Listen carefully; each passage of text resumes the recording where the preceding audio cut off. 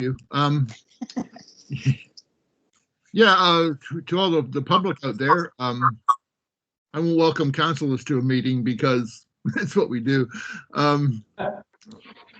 But those, all the people that are joining us, welcome, and we'll try and answer your questions tonight. And I hope you can learn something about this job we do and how we do it, and maybe why we do it, and sort of details about time it takes and effort it takes and so on. So I hope we can help you out with that. Sabine? Sounds good, thanks. So just a little bit as an introduction, my name is Sabine Dietz, and I was part of a team, a small team last year in 2019-2020, who was working on supporting people who wanted to run for council, just because often it's a pretty daunting thing. And at that time, we had formed a group of 20 or 30 people who were planning to help folks that were interested. And then we had approached the municipality, mayor and council, mayor and the CAO of the time, to ask if we could have an open house. And that was organized, and we had a date and everything. And then COVID hit and everything changed. So it didn't happen, and things are still very much changed. So we thought what we would ask again to have councillors and staff available to answer questions. It's always good to have a good idea of what your role would be if you were running for council or for mayor, to know a bit more about what their roles are, or what they do, and then what the role is vis-a-vis the staff and what staff do, and in general, what the role of a municipality, a municipal government is. So this is really very informal tonight. What I'm going to do, I have my, now Teams is a little bit different. I have the chat open beside here, so I can monitor that and see if anybody would like to ask questions. So we'll keep it open, but I've also prepared some questions for the mayor, for the deputy mayor, for councillors, as well as for staff. So and they're a mixture of things that I've sent them already to them, so they could prepare a little bit. But by all means, if you have burning questions that we're missing, feel free to pop them in the chat, or I think you can raise your hand, right? And you can raise your hand, and I'm sure Jamie can poke me if I miss anything, any of those questions. So why don't we just start? So again, as I said earlier, thanks a lot for Deputy Mayor, councillors, and staff, Jamie and Michael, to be here. Anybody else from staff here that I don't have on my screen? No? Yes, and Clerk Donna Beal is here. Right, and, okay, yes, I see you. Our Superintendent of Public Works, Michelle Sherwood, is here. Great. And I think that's it for staff. I was just going through the list here. Yeah, I believe that's it, Sabine. Right. So that's really, really appreciated that you all took the time out of your evenings. Much appreciated. And as I think, if you haven't heard it, Jamie is recording this evening, so that folks who couldn't make it, please feel free to send them to the link. I'm sure it's going to be on your website, I assume, Jamie, on the Southwell Town website. Yeah, that's where it will be. Yeah. Okay. Right. So why don't we start? And like I said, I'm going to just fire off some questions. And then either raise your hand or pop a question into the message chat if you want to ask the councillors, the deputy mayor, the CAO, or any of the staff. Please feel free to do so here. The idea is literally that things that you don't know about the role of municipality, about the role of different folks in there, staff, councillors, mayor, please feel free to ask. I have asked the councillors and the deputy mayor not to use this as a platform to do a campaign speech. So, and I suspect they're all going to stick to it. So this is really meant for information only. And I'm sure whoever's going to run will have their own way of campaigning later on. So I think one of the things why this is so important to me is because I think government, civic engagement, political participation is really important. And if you know me, I've been involved in campaigning for quite a while now, and I have run for council and I've run for mayor before many, many years ago. So I have an interest, and I strongly believe that all three levels of government are important, but actually the local government is actually the most important one, because that's where things are happening. And we often also get upset, and sometimes we get upset because we don't quite understand who is responsible for what, where the limits are to government, to municipal government. So, like I said, to me, this is really important, and opening up the doors to people who may not have considered before to run, or just to give an opportunity to learn about what local government is all about. This is really my reason for supporting this. And I'm going to throw this out to the folks that currently hold posts in municipal government. Why do you think, if you think it is important for residents to run for council, why do you think it's important? And I'm going to start with Alison. Thanks, Sabine. I get to be first, huh? I think for me, before I chose to run, and perhaps there'll be another time tonight when I can say what that reason was, but like you mentioned just a couple of minutes ago, I really didn't understand how things happened and how decisions were made. Being a part of it at this level, you really get an understanding of the levels of government and how they work and how decisions are made and how change is affected. So, you know, if people are satisfied with things, as I was, then why not be a part of continuing to make it a good place to live? And if people are dissatisfied with how things are going, then what better way to affect change than to be a part of the council at the municipal level? So those are the reasons I can think of.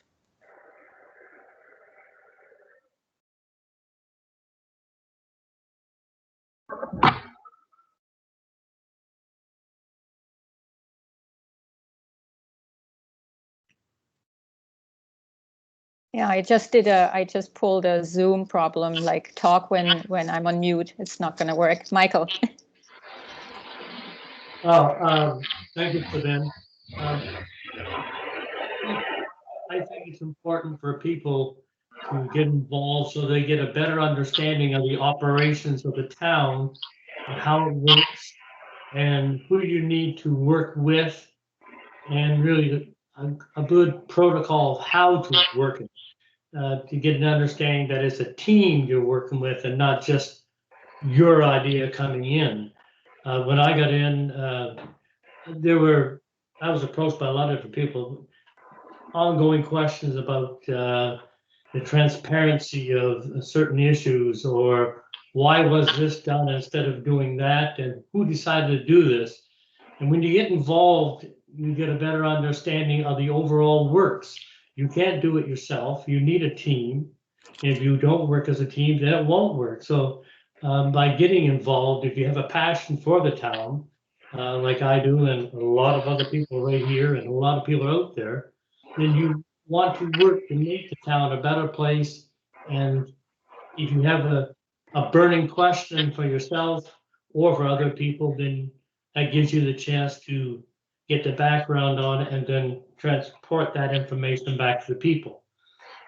And I think when you do that, you grow big time, and you get a better understanding of the overall works, and then you have better communication with the people that you meet every day who encourage you to run. So. Thanks, Michael. Ron?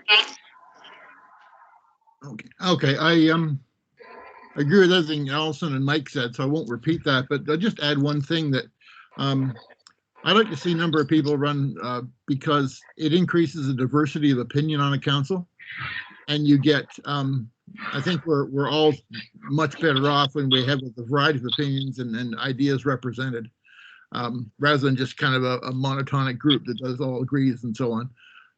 So I think getting a number of people running for council that's to me one of the big benefits. Thanks, Ron. Bill?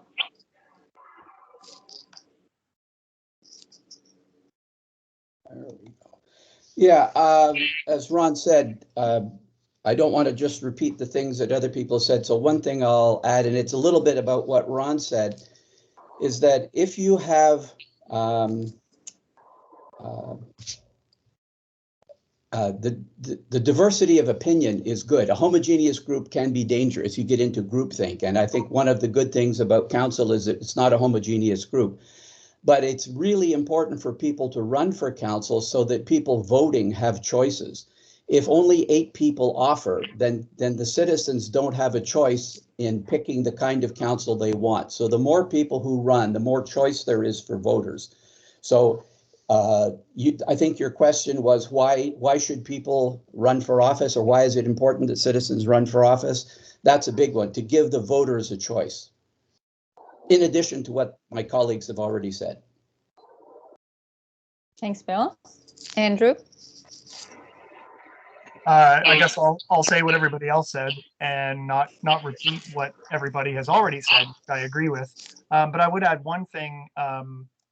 I think it's important for people to see not just how governance works on a municipal level, but how municipal governance then translates to provincial and even sometimes federal. So some of the groups that we work with, like UMNB, for example, sometimes through Southeast Regional Service Commission, seeing how that operates, being involved with FCM at the federal level.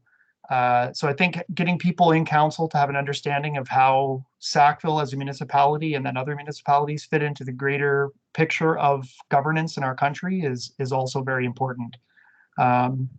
As for why people should run, I agree with what everybody else has said. I think it's nice to have a diverse council, being able to have opinion and discussion, argument. I think that's really important. So having a wide array of people on council would be a good thing. Thanks, Andrew. And I think I don't have a picture of you, but I know I saw you, Sean. You're somewhere there.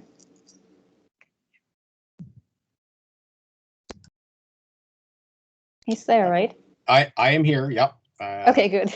I'm not sure why my photo's not. I'm not actually seeing anybody's photo this evening, so there must be a glitch maybe in my software somewhere. But I guess I can relate to some of the things that I feel about this. Is everybody kind of gives back in their way to the community in some way or the other. You know, some people have asked me, you know, why would you put yourself in what is perceived as being a thankless position? But at the same end, you know, if you have an interest in this level of government, and as you said earlier, Sabine, it's the most effective, positive way, or affects the most positive outcomes for your community. And it's no different than a coach in sports, or volunteers at the food bank, or at the hospital auxiliary, being a member of the Legion. It's all part of it. And this is just another piece. You know, and I personally, I look back at the fact that there was somebody doing it that made Sackville the place that I wanted to continue to live or move back to after so many years. And I think it's about a passion as well. A passion for seeing Sackville grow, and a passion, you know, for it being here long after we're not here. Thanks, Sean. Okay, so like I mentioned before, if any of you guests have questions, please feel free to put them either in the chat or raise your hand and one of us will catch it. But I'll just continue asking my questions. So I'm going to start with Ron, with you as Deputy Mayor and as Kearney. Is that officially acting mayor? Because officially we don't have a mayor, right? So it's still Deputy Mayor, but you're acting as mayor? Something like that? You're on mute, by the way. So I'm gonna I'd like you to talk a little bit about your role as mayor, because you know, we most of us have sat or sit on board of directors, so there are some similarities and then there's some differences. And the various legislations in New Brunswick set a clear framework around what a mayor does and can't do, or what he or she is responsible for. So can you just talk a bit about what your role is, and especially right now, what folks might be interested in that may be considering running for mayor? What do you actually do? Well, I took over this job in October 1st, when John Hyam resigned. And I'd been deputy for 3 years up until then. I thought I had a notion of what the job was about, having watched John, but I realized once I started doing it that it was a lot more than I'd seen. You are responsible essentially for managing the affairs of the town and keeping, not at the operational level, that's Jamie's job, but at a kind of a political level, making sure that communication with other levels of government exists, with dealing with communicating with the people about problems they might have. I've been surprised, I guess, by the amount of time it takes, because granted, we've had the hospital healthcare thing going on and the municipal reform piece going on. But one thing I haven't had to do, which I think every other person doing this job has had to do, is what we call the social aspect of it. Are they, going to dinners and meetings and all that sort of stuff? We can't because of COVID, so that will add a level of time to it. I've been not surprised, I guess, but taken aback a bit by the number of balls you have to keep in the air at once.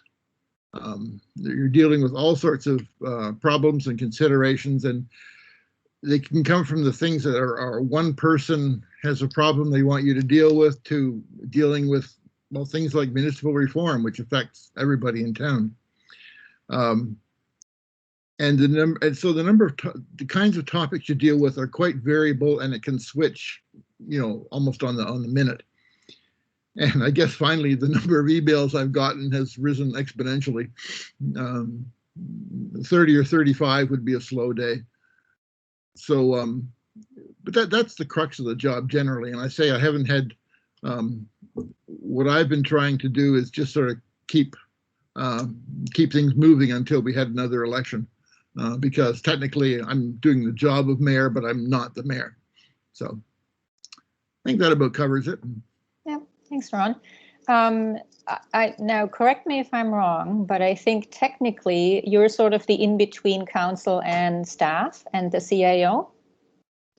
That's right. Or is all, yeah, so you're the in-between. That's a little bit like in a policy board of directors, that if some of you might know that. So what I'd like to go now is over to Jamie before I go back to the councillors, just because it's sort of a, I think it's a really important part of understanding a local government in terms of what actually happens. Like, yes, sure, we do have a council, an elected council, but there is, like, Bill can't just tell Jamie what to do.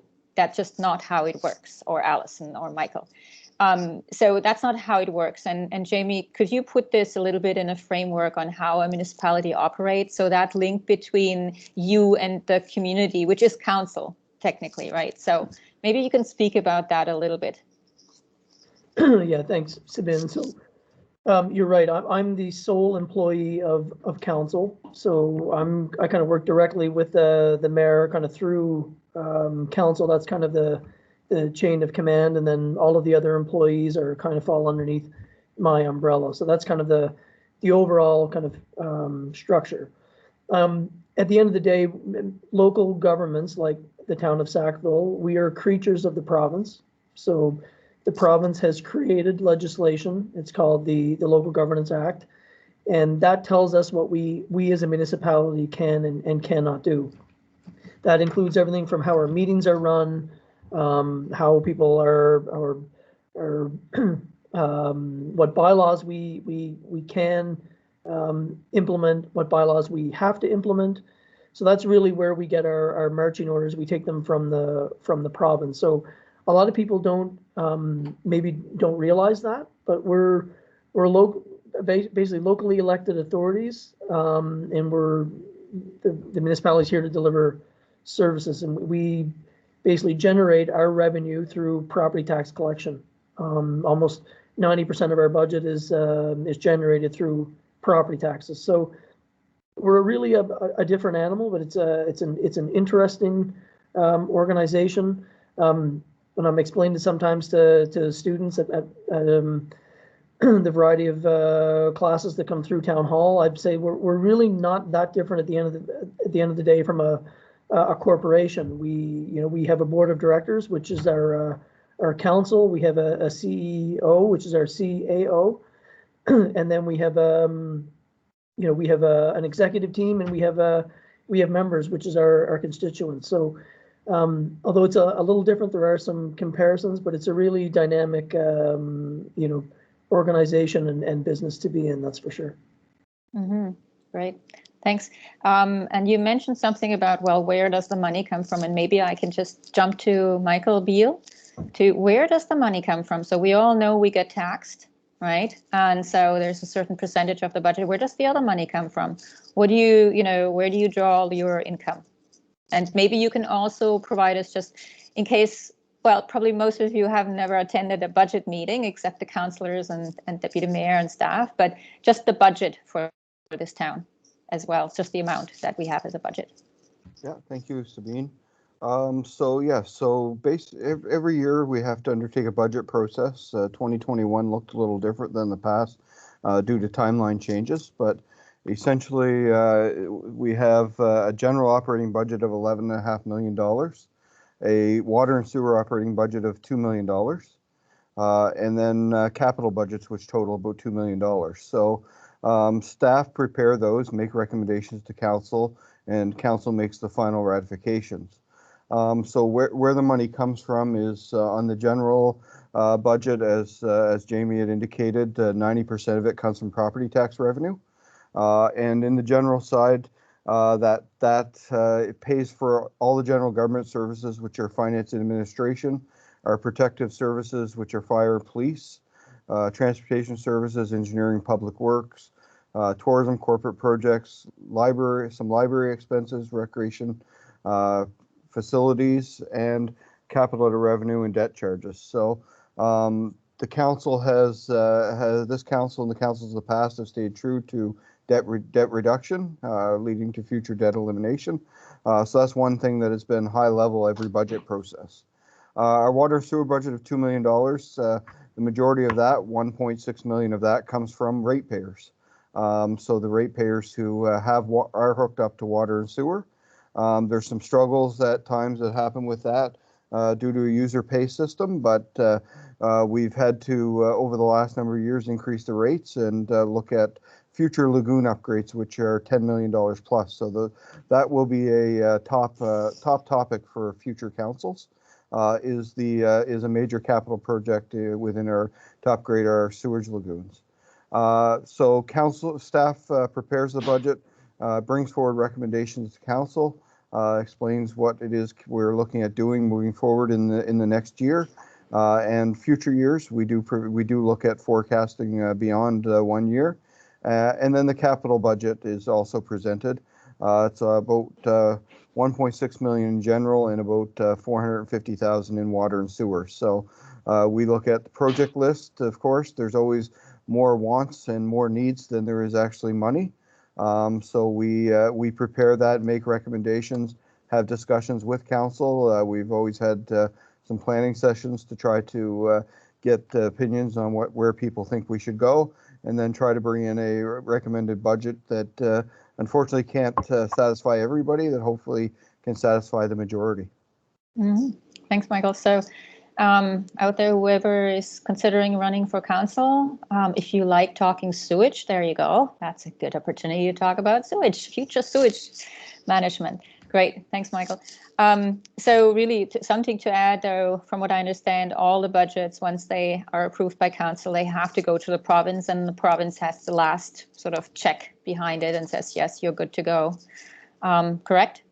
That is correct. The province normally does not get their hands into it, though. Their final check is basically making sure that you've implemented everything in accordance with the legislation, haven't broken any of the rules that the legislation provides, and to make sure that you're involved in that you're meeting the limits for debt and things, especially when it comes to capital. I didn't speak on the capital, but that's a whole process in itself where you have to make application ahead of time, then spend the money, then make the borrowing. So that's a whole process in itself. Yeah, and the principle behind that is sometimes you have to spend more money to get something done that you currently don't have in cash, basically, for the year. So you need to borrow it. So that's a normal process that all municipalities have. Great, thanks, Michael. So I want to go to the councillors now. One of the things, like all of you talked a little bit about why you find it's important, and mostly it was also about why you felt it was important for you to run. So a lot of that came through. So I'm just going to ask you now about, when you decided to run last time. I know you had certain connotations, and some of you are more longer term councillors, and others are sort of, this is your, I forget now whose is the first term, but I think Alison, yours, Andrew, Sean, I know you had been there before, but this is sort of, and yeah, I don't know who else, but anyway, so when you made the decision, and compared to what actually occurred. Now we'll take COVID away, because COVID is a special case and that was unexpected for all of us. But just in general, what were your expectations? Were they met? Why not? And throw in there as well. What was the most surprising thing about being on council? And I'll start backwards this time. I'll start with Sean. Great. Well, thanks. So I had to think back a few years. My first term was back in 1998. So I've sat on council for 12 years, spanning about 4 decades. I didn't know what to expect actually when I got into this level. But as I got involved, what took place is what I anticipated. From 98 to 2004, my first 2 terms, I found council was hands-on, very engaged with citizens, and citizens were engaged back. And I found it a lot of good community work happening. Things were different. It was different times. You don't realize how much things change in the last 40 years, actually. And what I've found in my last 2 terms, so it was 2012 to 16 and then 2019 to present, that as things have changed and within our province, federally, just on governance alone, I find that policy and procedures have become more of a regulatory thing for the activities of council, more so than it was before. And in my mind, sometimes that's good. Sometimes it's not as good. But it's learning from that. It's learning how to work within those policies and procedures in order to execute on really what my expectations were, was actually to, going back to why I ran, was to kind of help build a Sackville for the future. Thanks, Sean. Andrew. Just check to see if I'm unmuted. I guess I'll say really quickly, frankly, one of the first reason why I decided to run for council 5 years ago was because a couple of friends had suggested that I might be a good fit to be on council. One of my friends was a former councillor, and I hadn't really considered it before. I asked around, did a little bit of research, and thought, yeah, maybe I'll give this a shot. I recently moved back to Sackville at that time, had a family, don't have any plans of leaving, and wanted to try to do something for the community, make it a better place to live, not just for my family, but for everybody in town. And I guess one of your questions was, were those expectations met? I believe the last 5 years were very good. I felt like we accomplished a lot, and I'm pretty happy with that. One of the things that I felt was difficult, I had a suspicion that there would be it would be difficult and a kind of a steep learning curve and a lot of work. And yeah, it was much more than that. Being a counselor, it is a lot of work, a lot more than I had thought initially. And the learning curve was very steep. The first year and a half, I I did my best, but sometimes often would feel like I was floundering a little bit. Fortunately, the other councillors who had been on council before were willing to help out, answer questions, and staff as well, and guide you along. But that was eye-opening. And so I would say to people who are running for council that that's something that, if you're new to council, that's something that you should expect. Thanks, Andrew. Bill?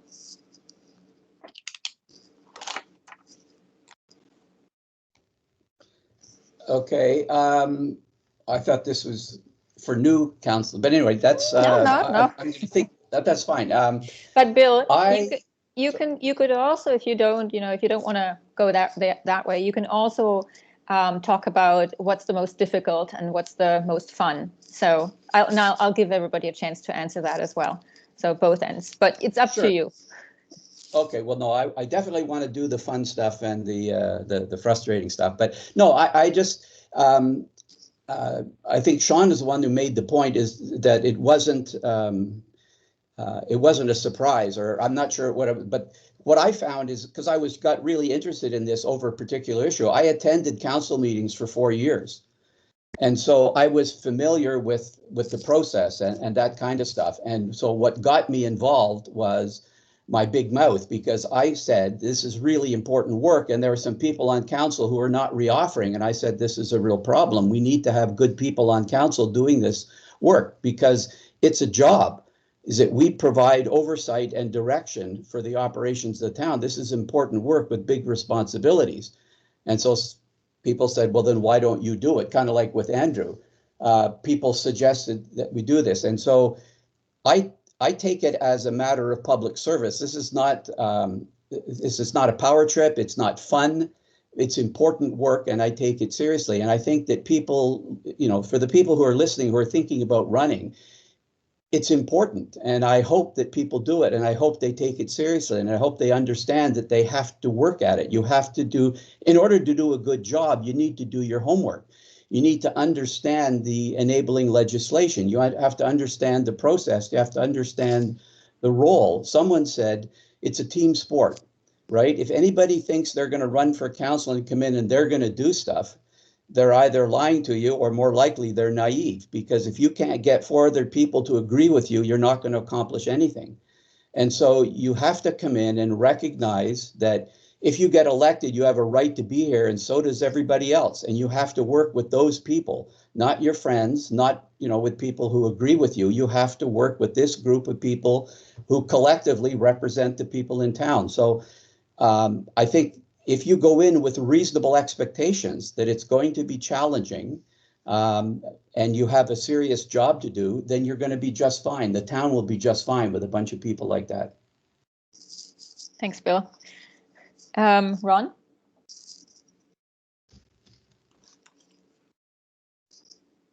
You're mute. There you go. Which one of the questions do you want me to answer? What were your expectations when you ran? Were they met or were they not met? Okay, I first ran for council in 2004, and that was my first term. I was, like Andrew has said, surprised by the amount of work involved, and I was.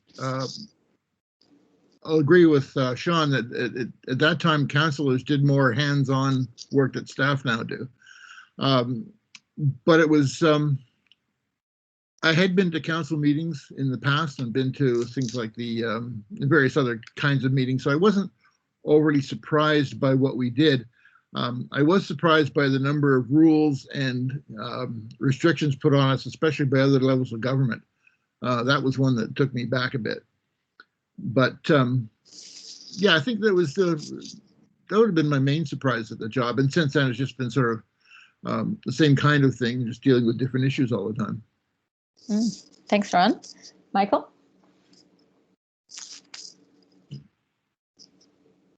Yeah, okay, thank you.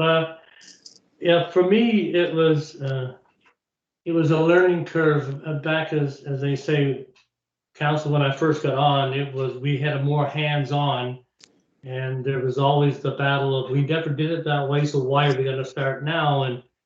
And so you very quickly had to get up to snuff and learn that you had to do more reading and more research if you're gonna make an argument to go this way or that way. And because one of the very first things we had an issue was, which the new council was, it was a half and half, and the new council wanted more transparency, and there was resistance to the kind of transparency we were talking about. And so you had to really work and discuss and then have evidence of what you researched and thought was it. So it became a collaborative affair, working with four who all of a sudden fell in sync, and then, okay, how do we actually try to bring others in to make it work? And I think that was a great learning curve where you had to put your mettle up to the test to say, okay, I'm not one to say it has to be this way. So it was easier for me to say, okay, how do I convince that person of doing it? And I think that it takes a lot of work, takes more now. And I think that whoever's going to run for council should be prepared to put the hours in to do the research so that you can make your arguments and try to persuade members of the team, maybe the whole team, to go your way. And then the bottom line at that point is to be prepared, because if council says no to a motion, it's over and it's done, or it says yes to a motion which you are against, it's over, it's done, move on. That motion was by council, and you have to accept that. It's the proper thing. And that can be a difficult thing.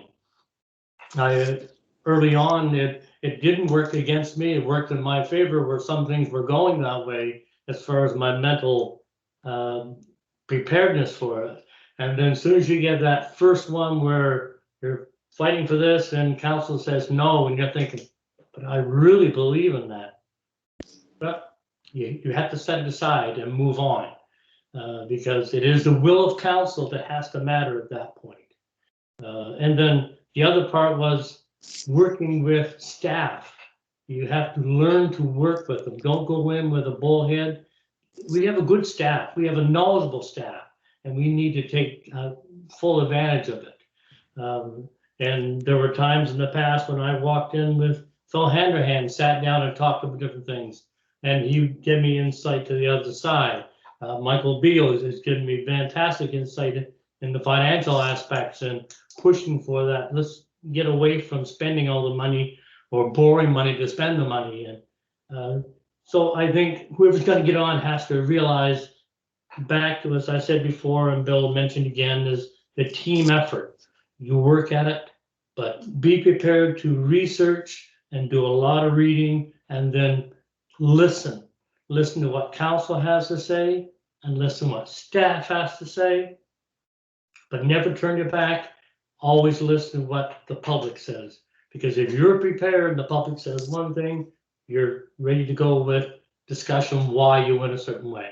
So council takes a lot of time, a lot of research, and a lot of teamwork. Collaborative fair works, and so whoever's going to run, be prepared to do the work. It's fun. Thanks, Michael. Allison. Thanks. So now the last person, I see what people were talking about before, where they were like, yeah, you know, I agree with what, but I think that this question is a little more personal, but still my story is a bit similar to Andrew's in that I had actually never really considered running for municipal politics until some people approached me before this is my first term. So back in early 2016, and my first reaction was that's silly. But the more I thought of it, I thought, you know, here I am reaping the benefits of this great community. So I went into it thinking it was kind of my civic duty with two young daughters. It was important to show them that that we all have a part to play in making our community better.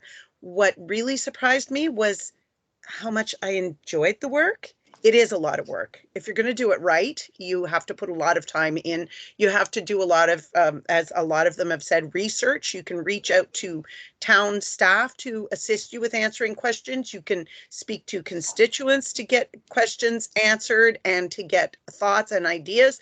But the other big part is to really know what's going on, what the real thought process is at the bigger level, whether you're talking about something that is happening in our community and we need to decide, or whether it's something at a provincial level that is affecting our community. The onus is on us. Look at that. The onus is on us to look into it and figure it out and get answers. But then the other thing that really surprised me, what I really like, is being part of an eclectic team. This is a group of people that I don't socialize with. You know, we don't, even before COVID, we don't spend time together socially, but we've become comrades in working together for the betterment of things. People from very different backgrounds, very different ideas about things. And I love the conversations and discussions that we have that help me become a better person and understand things better, I think. And that's what surprised me the most. I wasn't expecting to get as much out of it personally as I do. It's been a really great experience, and I would recommend anybody try it. Thanks, Alison. So I'm going to jump to Jamie again. Jamie, there's often, sometimes when things pop up in a community, people come up and say, why doesn't the municipality do anything? And often it is just not in the purview of a municipality to do something. So I want you to talk a little bit about maybe some examples of where it is a municipal, it concerns all of us, but we have no power over a certain issue, somebody else has. And at the same time, maybe also give an example or two where we actually have influence, just where we can make changes, or just have an impact on folks, and not beyond just putting flower boxes on the streets, right? Sort of a bit more significance. If you can talk to that just a little bit to give a sense of that. Sure, thanks, Sabine. I guess at the end of the day, the easiest way to explain it is that in terms of overall government structure, federally, provincially, municipally, if you think about the federal and provincial governments, they're really set out to deliver services to people, where municipalities are set out to deliver services to property. Streets, garbage collection, animal control, the use of public parks. Those are all things that the Local Governance Act says is within our wheelhouse. So those are bylaws that our council enacts, that we draft and bring it to council, and council adopts those bylaws, but then regulate the way we do our business, and regulates the way other people are how they're to act within the municipality.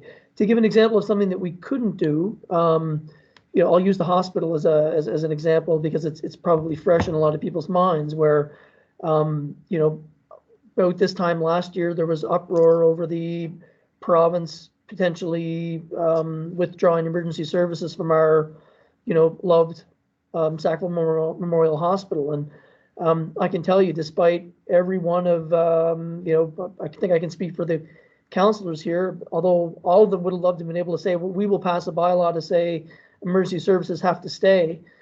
That's not something that we can do.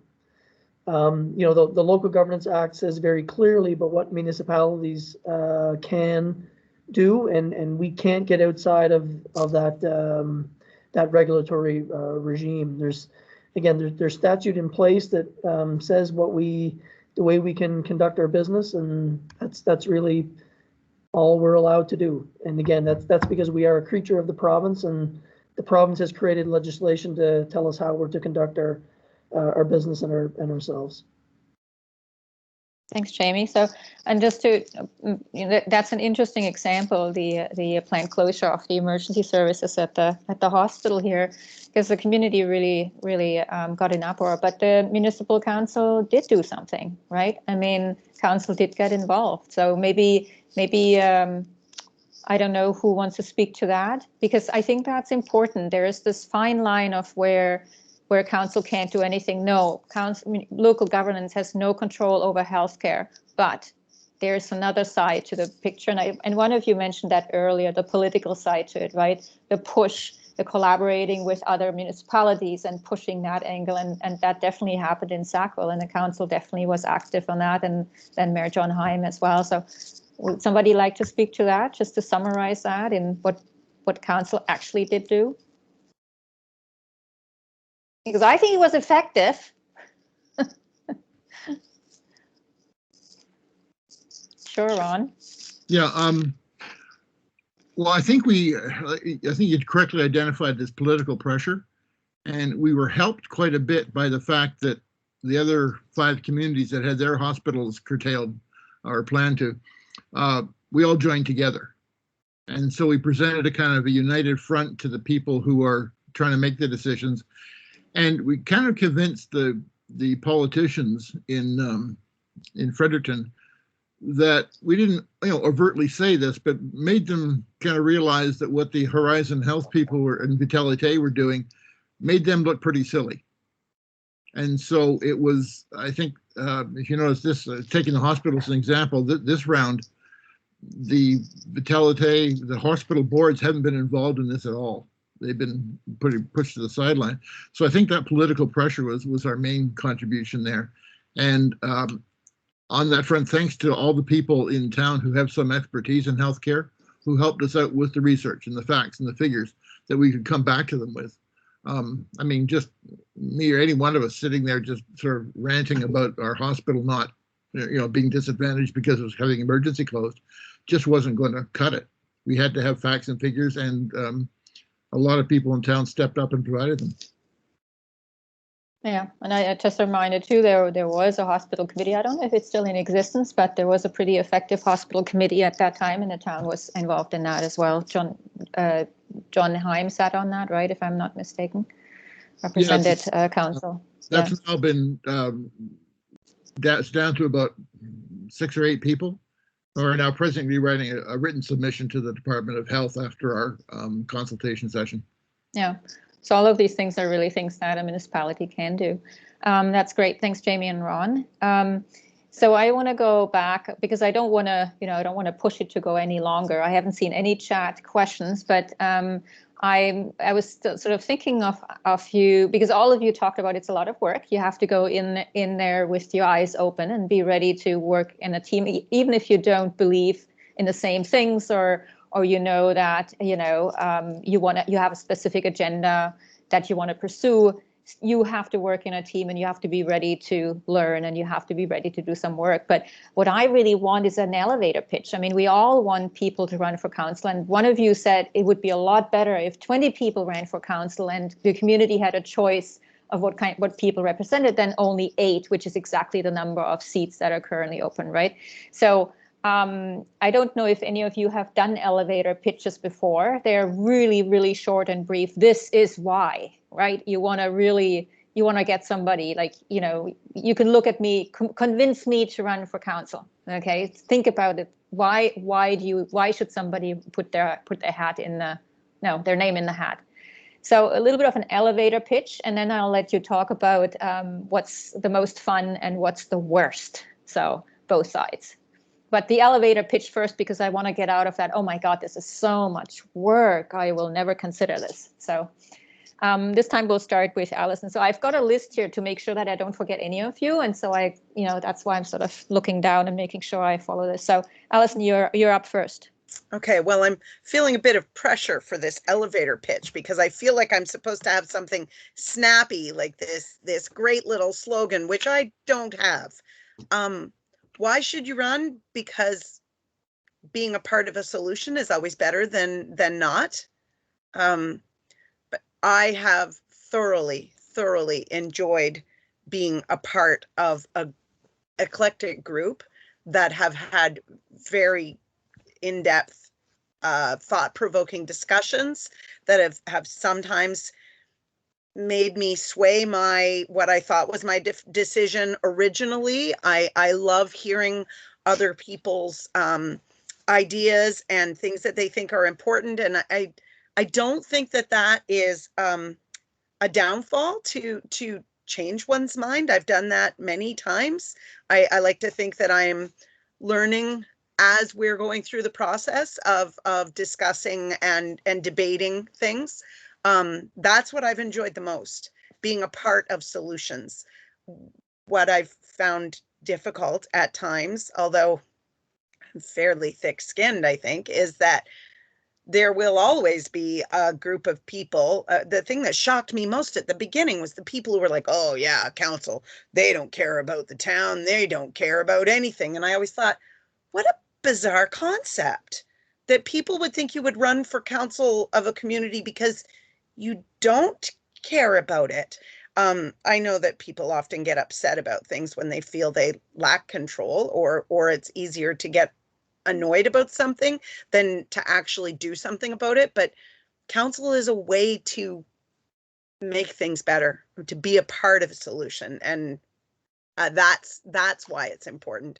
Also, when I started on council just 5 years ago, I was one of 3 women, and now I'm the only.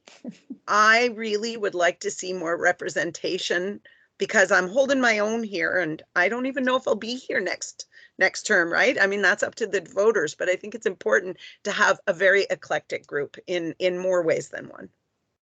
Thanks, Allison. Actually, you packed it all in, right? Bad, good, elevator pitch. Works for me. Yay. Okay, Michael, you're up next. Thank you. That was very well said, Allison. There is a lot of work, but when I was saying work, I wasn't trying to put it as a downer. Doing things for the town, being part of that solution to make this town even better than it is, to help as many people in this town. When we do things, we don't do it just for a certain group. We try to do it for as many people as we can. And sometimes when you get behind something and you see it succeed, and then you see the result of it, it's a pretty darn good feeling inside. And so if you join that operation and develop a nice collaboration, work and see it happen, and then you see how the town has improved because of it, whether it be the flood litigation, the phases we've done already are fantastic. It's helping Sackville, fighting for the hospital. When you have those kind of successes, it's a really good feeling inside. And then because you're a counselor, when you talk to people, people will give you some solutions of their own, which you can then take forward. And then the people that you've worked to do that for will really call and let you know you've done. Thank you. Thank you very much. And so the life of Sackville improves. And if your passion doesn't go with you for doing that, then I have no idea what else you're looking for out of this, because I don't do it for personal reasons. And if reelected or whatever else in the future, then I hope to continue to help people voice their ideas, and that makes our ideas bigger, and staff helps make it all work, and it's a great feeling. So that's all I can say, but it's a great feeling. Thanks, Michael. Ron? Okay, thanks, Sabine. I'll just do the elevator pitch right now because we had some long elevator rides there. I would say to people, if you think you have something to contribute and you have ideas about the way the town should go, by all means, throw your hat in the ring. We need the diversity, and we need the representation of a great range of opinions and ideas. So that's what I would tell people on a short elevator ride. Thanks, Ron. Anything about the worst and the best? Oh, okay. I won't say best and worst because I enjoy doing this. So that there's no, we'll call the more fun parts. I guess this is going to sound a little odd, but I'm a bit of a research geek from what my background is.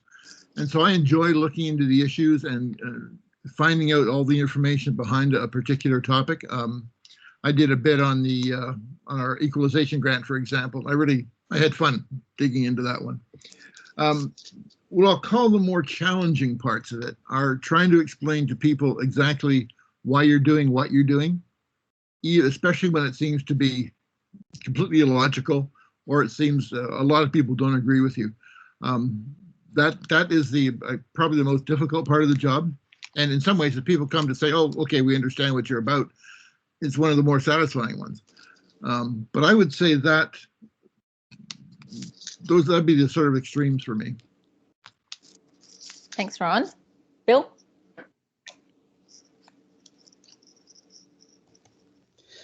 Yeah, the elevator speech part is tough. Generally, an elevator speech is an elevator pitch. You're trying to sell something to someone, and I don't think I would do this. I would encourage anybody who wants to do it to do it, but the pitch would be very different depending on who the person was. You're not going to get one from me unless you want to hear several, but I will talk about it. And that is, there are some people that I think would do a wonderful job. You don't have to have a particular skill set to be a good counselor. You have to want to do it, you have to be willing to do it, and you have to understand what it is.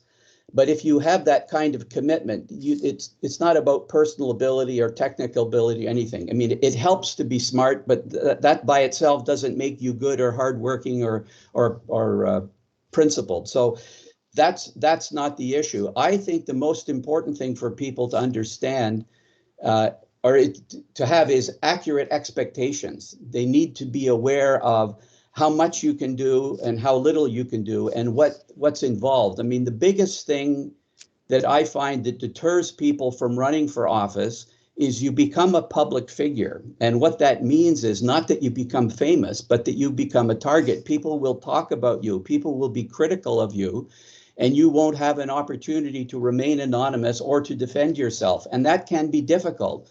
A wise man named Mike Beale said, if you have a thin skin, find another line of work. So that's the most difficult part of the job, I think, is to have people say stuff about you without having all the information. It's not just that they disagree with you. I don't have a problem with that. But people will say, unpleasant things. They'll accuse you of being dishonest or incompetent, and you don't believe that you're either. So that is a fact. And I think more people would run if fewer people treated elected officials that way.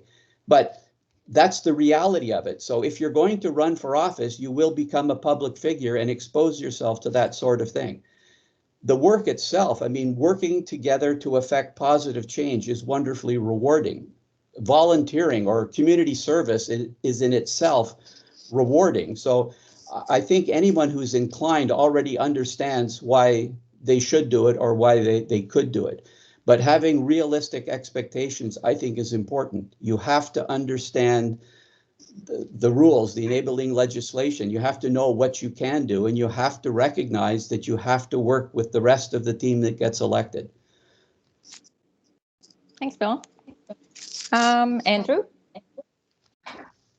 An elevator pitch. Yeah, I'm not sure I agree with Bill that people are different, so it's tough to kind of sell it to everyone. But the councillors who've spoken already have all said kind of the same thing, that if you have a passion for making a difference in Sackville, then you should try being a municipal councillor. As for one of the best things about being a councillor, in my opinion, is seeing how, and I didn't really know to the level of people in Sackville how involved they were with following municipal governance, but it makes me very happy to talk to people in Sackville who have a vested interest in councils and staff's inner workings, and having an opinion on whatever issue that we're talking about. I really enjoy that. I love that people are involved and care about the town and what decisions are made. And I love talking to people who feel that way. That's one of the best things about the job, for sure. As for challenges, for me, it really is what Bill said, that it's difficult to kind of be put in the spotlight, but it's part of the job, and you have to kind of accept it. And it can be tough at times to be pushed aside by people, or have bad names called about you or whatever, but you just have to try to do the best you can and explain to people why you made decisions that you did, and work through it. So yeah. Thanks, Andrew. And Sean. Well, first, I'm going to start off with saying, thank you to the mayors and councillors who have come before me, and also to my colleagues here for making the commitment. I think that is so important. My pitch, I guess, so to speak, for running, it will open your eyes to how diverse our community is and how much passion exists within our community. And also it'll open your eyes to the struggles people face that we don't always see day to day in our lives. When it comes to the best things about being a councillor, seeing those positive things come to be, interacting with a wide range of people from all walks of life. And with that interaction, getting a better understanding. I think we have a tendency sometimes to lose that. I mean, we are representatives. Yes, we make decisions, but we're representatives. So we need to understand and we need to interact. And those were always good things. It broadened my horizons, I know, as a councillor, as an individual, as a person, to be able to interact with a lot of folks that I probably wouldn't have interacted with in my lifetime had I not taken on this role. And it's all been good, been good.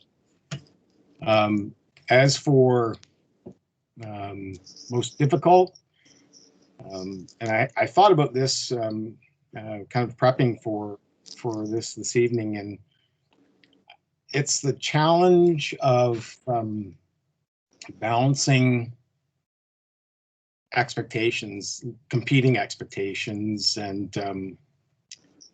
and what is really actually achievable and or affordable by the municipality. So that's what I found to be the most difficult piece. The rest of it kind of, again, you develop, you need to develop that thick skin. So I don't worry about what people are saying per se about me, but I worry about what they're saying about our community.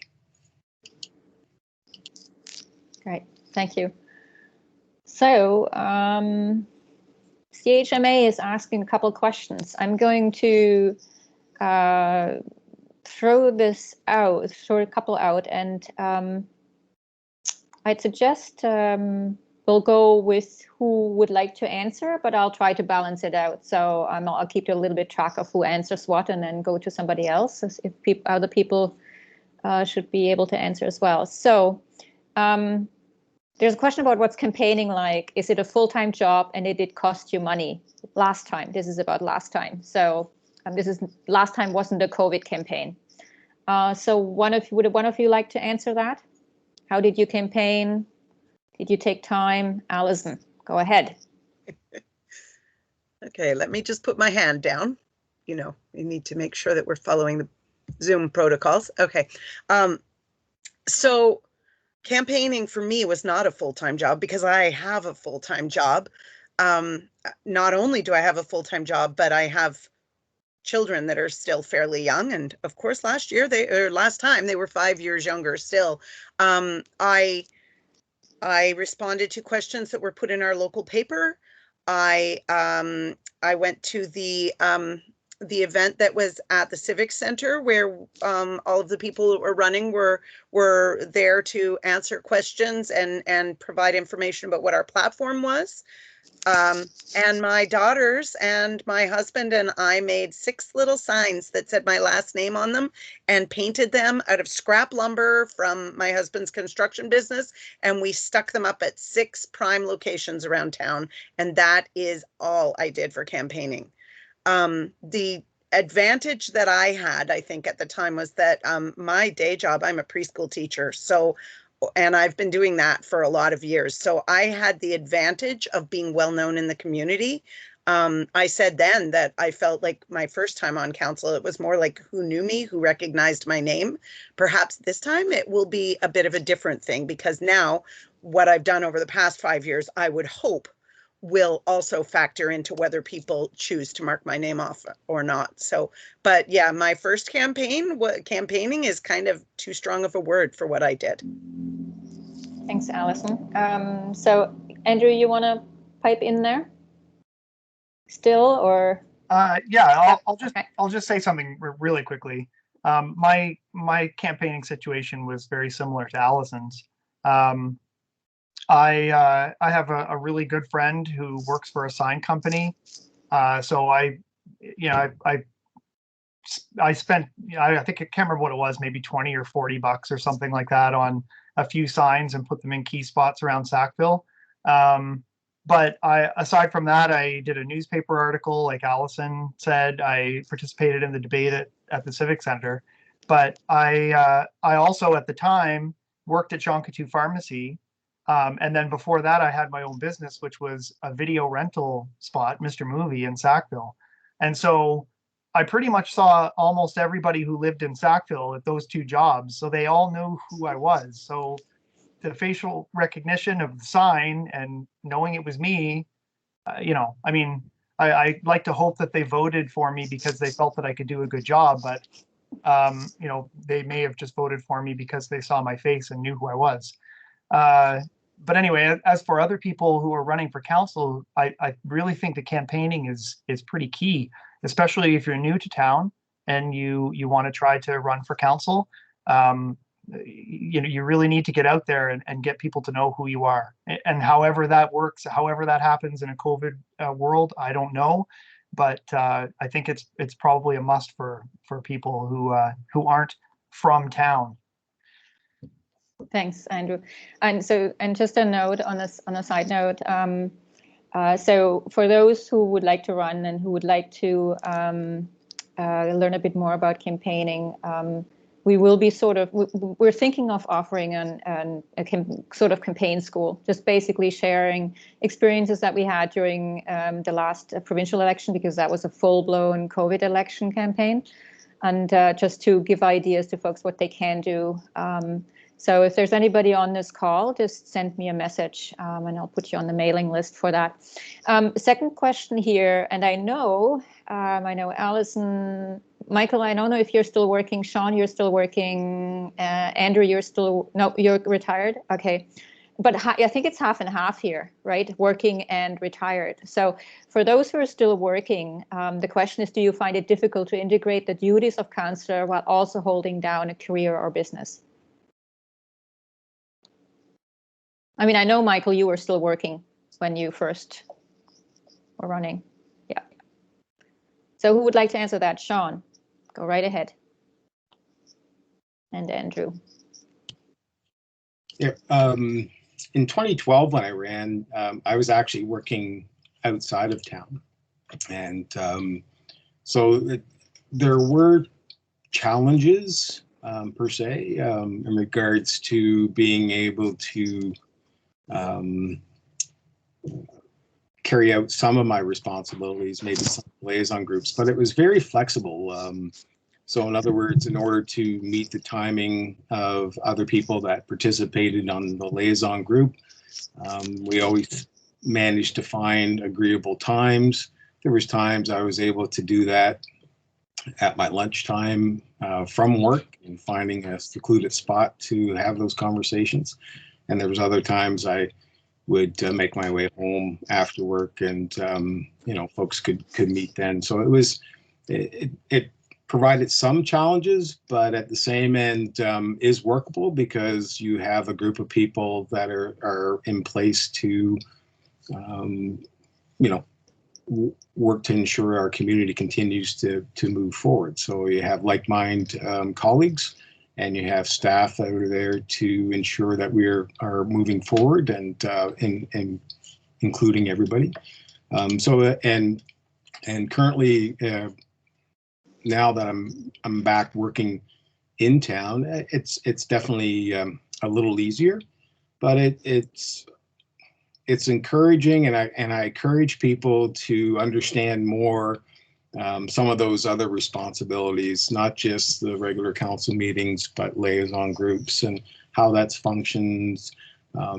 Also, the fact that staff are there, department heads are there in order to assist with that, and for the most part, and now even more so, now that we have the ability to do our liaison groups virtually, that even adds another dimension to it, because beforehand it was speaking over the phone, whereas now you can kind of see people face to face, and as technology has advanced, then our opportunities advance. But for myself, when I first offered in '98, I had a young child then, and so there was I worked in town, but there was still those kind of balancing that out, and it's no it's no different than anything else you are interested in, right? Whether it's, I go back to whether it's coaching a sport or whether it's volunteering on a board, another type of board, it's the same thing. It's just, how do I juggle that? Yeah. Thanks, Sean. Andrew? Yeah, I think it is difficult. I mean, I have a full-time job. I have 3 kids who are all young-ish and very busy.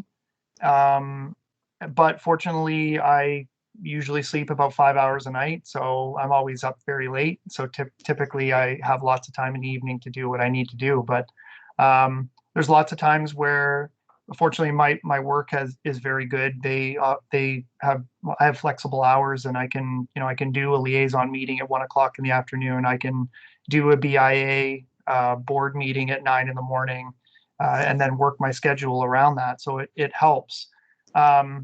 I'm not trying to scare people away from being on council because of the potential difficulty sometimes of putting in the hours, because the benefit of doing it far outweighs that. So, but it can be challenging sometimes. But you just, it's like Sean said, it's like anything else. You just sort of, you put the work in, you do the time, and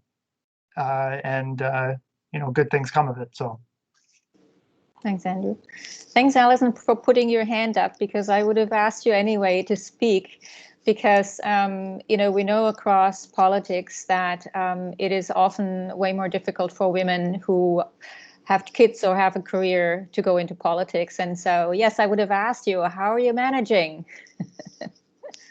Well, I certainly don't think that my ability to put myself out there has been any more difficult than, say, Andrew's. Andrew's got 3 kids. I've got 2.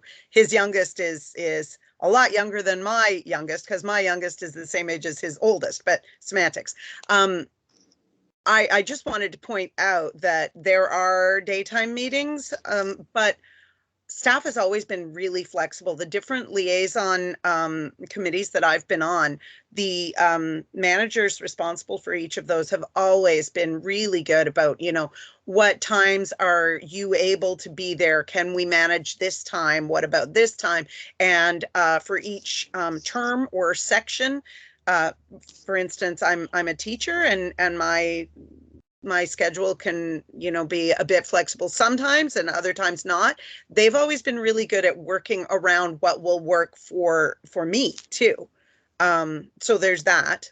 But at first my youngest daughter would say, "You have another meeting? Why do you always have meetings?" you know, it is a challenge, but I thought my kids were a little bit older when I did it. You know, I wasn't worrying about teething or nursing or things like that I would have been worrying about if it'd been a bit earlier. I just thought it was an important thing for my kids to see that it was part of our role as community members. So that factored into my decision, even though sometimes it was difficult. I thought it was something I wanted my daughters to learn. So you make time for it. Thanks, Alison. I wanted to follow up before the next question, just a little bit on, you all mentioned liaison committees and sort of what, and I missed that, of course. This is one of the roles that you have as councillors, sitting on liaison committees. So that goes back to the original question, well, what do you actually do? I mean, yes, you have council meetings. Yes, you have budget meetings. Yes, you have got 2 meetings, 1 discussion and 1 official council meeting. So maybe 2 or 3 of you just want to throw out what else you do, and sort of really interested in the committees that you're on. And also, I think some of them, and correct me if I'm wrong, Jamie, I don't know, are they actually required, or is this just something like, for example, I think we've got a, I don't know what it's called, with the police, with the RCMP, public safety or something. Is that required by law, or are the liaison committees just something that are decision that council at some point made and implemented? Just maybe, Jamie, you can start out just with what are they, and then councillors can jump in and just say, so which ones are they on and what do they do there? Sure. So we have a procedures and order of council bylaw, and that really governs how we conduct ourselves. So we have the 7 or 8 liaison groups, ranging from personnel, which is our HR group, to public property and facilities, to corporate projects, recreation, tourism, policy bylaw. I was trying to go in order of the agenda, and now I'm totally lost. But and then we have public safety. So our bylaw indicates that the councillors are appointed to those groups by the mayor. So typically on each one of them, there are two councillors per liaison group, and then the mayor can choose to attend them if he or she so wishes. But typically they will attend HR and corporate projects, but they have the ability to attend any one. Of course, I missed finance and administration, which is one of our more important ones as well. So that's how we're structured. That's different than other municipalities. Some municipalities have committees. There's certainly pros and cons to the both styles of organization, but we've kind of gone away from the committees, and we've implemented a liaison councillor kind of a structure, and it's worked well. I think we've had certainly positive response from some councillors. It's again, there's pros and cons, but that's how we're set up, and that's clearly articulated in our procedures and order of council bylaw, which is something that we're required to do under the Local Governance Act. Thanks, Jamie. So can you folks, councillors, just speak a little bit about the liaison committees you're on and what you do there? Ron, you want to start? Yeah, sure. I'm on finance and admin with Mike, on personnel with Andrew and Bill, and on corporate strategy with Sean. Essentially what we do as a liaison counselor is to, we're the link between the staff in a particular department and the council. So we report back to council on what that particular department's doing and take suggestions from council to the department. So that's, in broad strokes, that's what our role is. Thank you, Ron. Somebody else who wants to jump in there? Bill? Yeah, the key is these are not committees. Committees of council have authority delegated to them by council. These are liaison groups where, as Ron said, the individual councillors are the liaisons between council and that department. And so they should be aware of what's going on in the department, able to answer questions. So it's not a part of the operation of the department. This is informational. The differences are policy, bylaw, and HR are slightly different because they are a little bit more, I guess, privy to operations. But the rest of them, it's clearly a liaison role, not a decision-making role. Under the Act, there are two ways to run a council, sort of, or run a town, and you can have a CAO with a regular corporate structure, or you can do it by committees, where committees actually have operational authority. And personally, I think that's really fraught. That's the kind of organization where you can get into trouble. However, small communities are forced into doing that because they can't afford to have staff. So we have this structure. So with the exception of the two I mentioned, these are informational positions. It's about liaising, not about making decisions or operations. Thanks. Anybody else who wants to jump in there? If not, I have one question again that came in from CHMA, and that has to do with diversity on council. And this is more just asking, you know, and I'm wondering about the same thing. Any suggestions for getting more diverse representation on council? I mean, we are quite a diverse community. We're not just white. And not just a certain age, but you know, how can we get there? What any ideas out there? Bill, you want to speak to that? I would like to speak to that, and if I had an answer, I would share it. The problem is, and I don't say this facetiously, is that council is made up by the choice of the electors. And we've had lots of women run for office, and yet Alison is the only woman on council.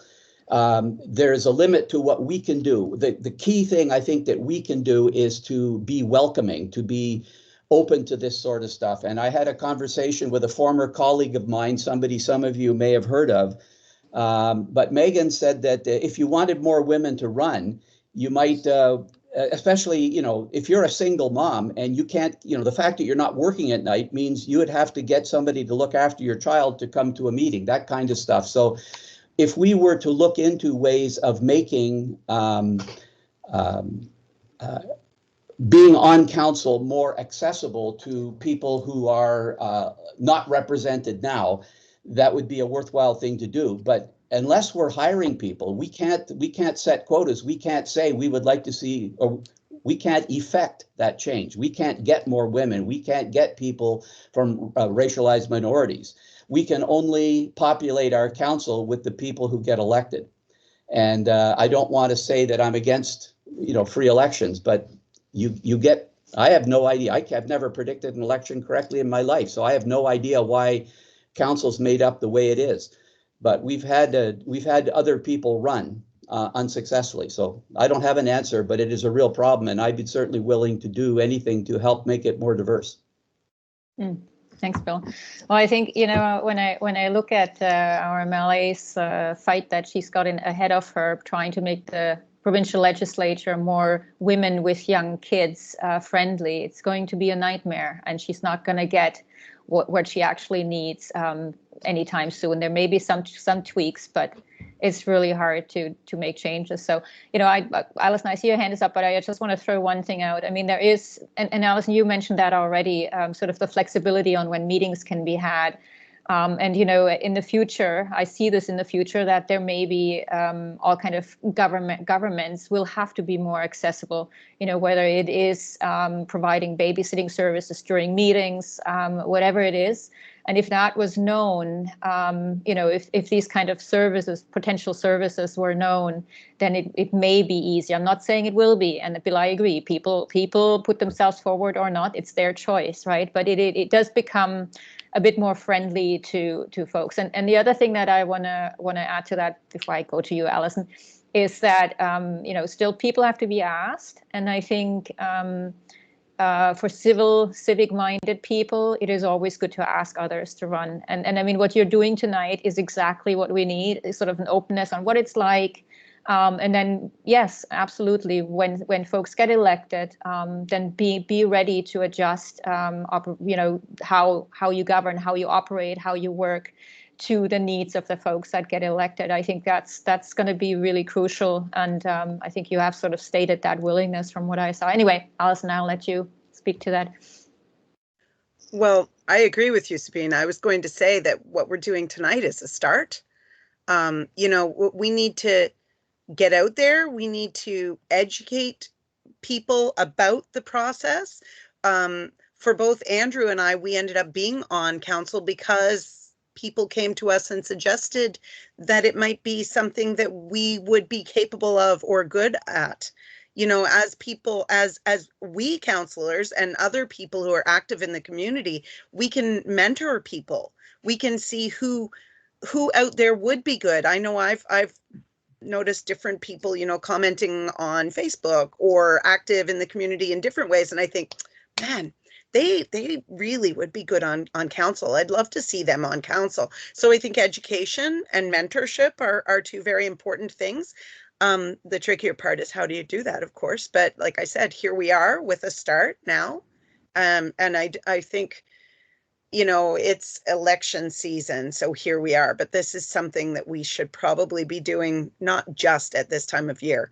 We need to be trying to be more civically minded throughout the entire term of it with education and mentorship and helping other people to understand how it works so that they can also assist us in this role. Thanks, Alison. Ron? Yeah, thanks, Sabine. I think everyone, when you're thinking about running for council, has different considerations, and they're often age-based. If you're a younger person, then you have kids and a career, and it's all that stuff to work on. People in more middle age have careers to work on. People of my vintage who are retired often say, I've asked a couple of people about, what they think about running for councillor, and they say, I'm retired. I want to be retired. I don't want to do all that work. And so I think at every stage there's different considerations. I think one of the big game changers in getting more younger people and more women into this is what we're doing now. Because you can have meetings and you can get together without physically going to a place. And I think that is going to make a huge difference in the diversity that we'll see on the council. Thanks, Ron. That's an interesting thought. Technology hopefully helping us along the way. So what I would like to do now is I'd like to open it up to anybody on that 6+. I don't know. I can't see who's on it. If you have any questions specific for the councillors or for staff, and I saw this actually. I think Dwayne joined the meeting too. So there's a number of staff there as well. If you have any questions related to council operations and to what it is like to be councillor, I would like you to put up your hand. So put up your hand, put something in chat. If not, you'll just hear us talking more. But I'm sort of, while I'm waiting for anybody to put up their hand, I'm sort of curious. I mean, to me personally, having lost our only print newspaper is of a gigantic concern, and sort of to me that's part of actually being able to engage in anything in the community. Now I know that the radio and work times have taken on some of that load, but it is not the same as a printed paper, especially for our older generation. So I'm just wondering, if you thought at all about picking up sort of that link of communication that is so essential between a local government and the community. Any thoughts on that? And that's really off topic, but I'm hoping that somebody will ask some questions here. But it is part of really to make a government functioning locally, having the communication in place, and newspapers, news, information is part of that. So just out of curiosity. No idea. Ron, you have an idea on that? Well, I don't know, an idea. It's I think when the Saltwire took over the Tribune, the writing was on the wall. We started getting articles from Cape Breton and all over the Maritimes, and like people said to me, you know, who cares? I mean, we want a Sackville paper. Unless somebody has a brilliant idea how to get all kinds of people subscribing to a print newspaper, I can't see a solution to it right off. I know that the municipality should not get involved, because if we get involved in the press as a, you know, owning the paper or running the paper or whatever, the sort of thing, you know, that's sort of third world country kind of stuff, that we really don't get in a kind of banana republic approach to things. So yeah, it's a sad situation, but unless somebody is really willing to take it on and to turn it into a full-time job of trying to resurrect it, I talked to Jamie quickly, and we'll go into it more about trying to approach the Saltwire people to see if there's any way we can keep it going, but I don't have a lot of hope for it. Bill, Bill, you had your hand up too. Yeah, this is not a problem unique to Sackville. This is something that has been going on across Canada. Big companies buying up small newspapers and shutting them down. This is the way of the future. And please understand that I am describing something, not advocating it. But I don't think we're ever going to get a newspaper. What's going to happen, and it's sad, but the people who depended on the newspaper are going to die, and people who are more familiar with getting stuff electronically are going to replace them. We have two sources of information in town now that have been mentioned, Work Times and CHMA, and they are providing a very useful service for the community. The town does have a newsletter, and I want to sing its praises. It does a really good job providing information about what the town is doing and offering. But as Ron said, we can't get into news. News has to be not necessarily adversarial, but certainly removed from the people it's covering. And so we couldn't claim to and shouldn't even get involved in trying to report on our own activities. But I think we have to recognize and support the things that exist now and will be coming. We have to be open to them, and we have to encourage them. Great, thanks, Bill. Okay, so I'm putting two things in the chat. One is, thanks, Sean, for sharing that, the UMNB resources for candidates and councils. And the second one is the Elections New Brunswick website.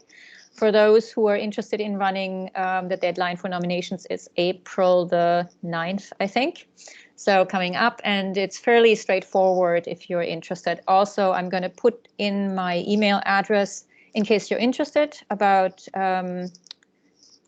being part of a campaign school for candidates. More than happy. There's a couple of us that are more than happy to help and support folks who are running. So that's one thing. And the second thing is, just again, I saw that there's quite a few staff that are actually on this meeting, and I really appreciate you coming on. I don't want to take any more time because it is 8 o'clock, although we have another half hour, but thanks a lot for coming on. And so last chance for guests to ask questions of any of the staff or of the councillors. Oh, Jamie, you want to say something? Yeah, please.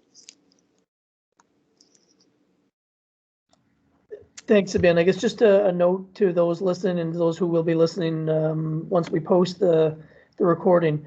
We will have a page on our website with the resources that you've referred to. This recording will be there, as well as a link to the Elections New Brunswick page. And if at any time a member has a question or citizen has a question of municipal government organization and operations, I know any of the staff are happy to answer them. We answer questions all day long, and we're quite happy to help keep people informed. So just to throw that out there, if people are a little uncomfortable asking a question on the call tonight, even though we do have a variety of staff on the line, just pick up the phone or send us an email, and we'll be sure to get back to you with an answer. That's great. Yeah, that's good to know. And I think, that's really part of encouraging people to run, to just open it up and make sure that folks have an opportunity to ask questions. So I don't see any further questions, hands up. I'd really like to thank all of you for being game and being part of this. It's really appreciated. I think it's really, really important to make it possible for people to consider running in the next municipal election. And I hope to see lots of candidates. And I hear some backfeed. It's not me. One of you. Okay, so Ron, you wanna have a last word there? Yeah, Sabine, I just wanted to thank you for organizing this and putting it all together, and I hope people gain something out of it. Yep, I hope so too. And I hope I get a lot of emails saying, yes, help me run. I would like to run. So it'll be fun. All right, well, thanks a lot to all of you and have a good evening. And thanks to all the staff. Jamie, I didn't quite see who all was on, but there were quite a lot on. So much appreciated making yourselves available to this kind of open-ended conversation on council and governance and affairs of the town. Thanks a lot. All right, take care. Good night. Thank you, Susan. Good night. Good night, everyone. Right.